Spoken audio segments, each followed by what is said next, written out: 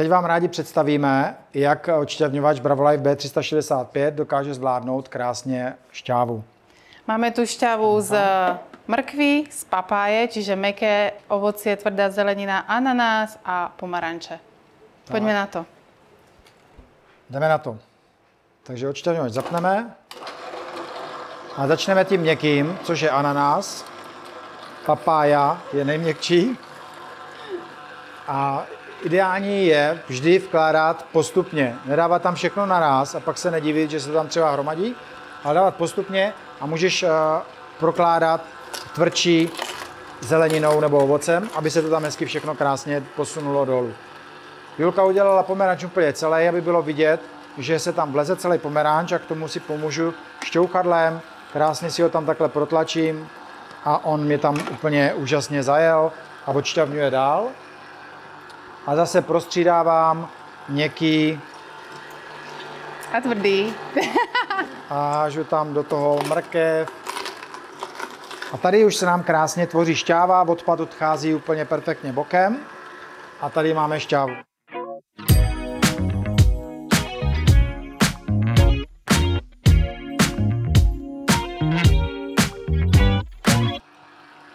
A pěkně pokračujeme, dokud všechny suroviny nespotřebujeme. Chvilku počkat, aby si ten šnek měl čas si to chytnout.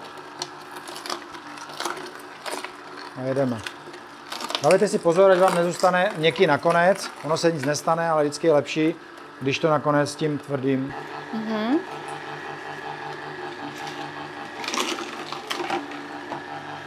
A tak krásně, jako to vezme pomaranč, tak to vezme aj například jablko. Zůstala už jenom mrkev.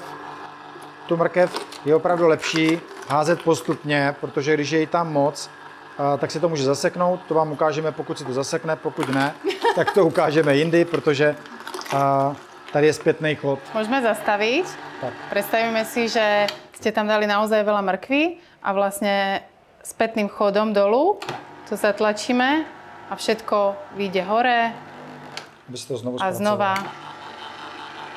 A šupneme poslední mrkev. Počkáme, až nám to krásně dojde. Je to úplně jednoduchý, není na tom nic složitýho. Jak vidíte, tak všechno krásně, odpad odchází úplně suchý. Tady krásně vedle a do nádoby vedle jde šťáva.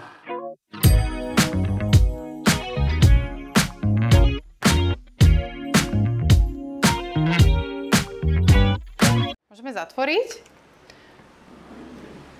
Toľko to šťavy nám vyšlo. Z takové malé misky, ale je důležitý, jak je šťavnatý pomeranč, papája, jak byla šťavnatá. Jako... Ananás, jablka, ak máte náhodou mučné jablka, tak bude viac peny, alebo keď je jednoducho suchý pomaranč alebo mandarinka stane sa, tak nemôžeme očakávať toľko šťavy ako z čerstvého šťavnatého pomaranča. Tam je důležitý potom přemýšlet nad tím, když tu šťávu děláte, jestli chcete trošku šťávy a hodně vydatné, nebo jestli chcete mít víc šťávy, tak je tam potřeba právě přidat třeba jablka nebo okurek. Okurek. A tak. Tak ochutnáme. Ochutnáme.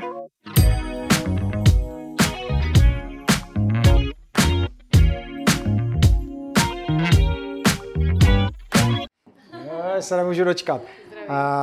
Ochutnáme šťávu a další důležitá věc je ta, že my jsme tam přidali papáju, ananás a ta šťáva je hodně hustá. Nebuďte překvapeni, když dáváte třeba meruňky anebo takovýto hutný ovoce.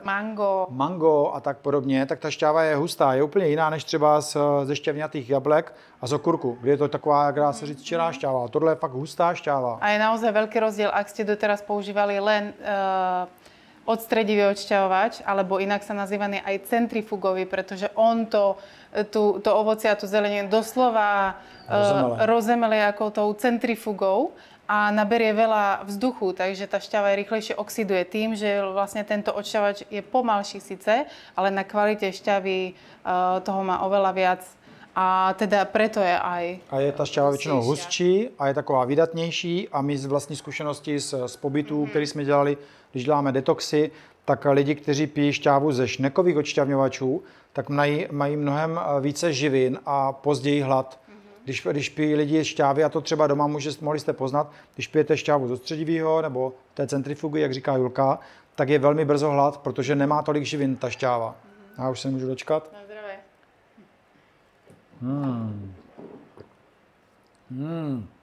Mňam. Výborná je. Výborná, sladká, hustá, výživná. Ještě říct důležitou věc, není to kouzelný zázrak, opravdu záleží taky hodně na těch potravinách. My používáme organický ovoce a zeleninu a proto opravdu na tom ovoci a zelenině je to poznat i na té šťávě. Samozřejmě ne každý má dostupný organické potraviny, tak a výhoda je, že když si odšťavníš, tak v té dužnině, která jde bokem do odpadu, zůstává většina těch nedobrých látek, které třeba v té šťávě nechceme. Takže i tam je ta výhoda, ale přesto, pokud máte možnost ze zahrádky, od babičky nebo sami si pěstujete, tak využít.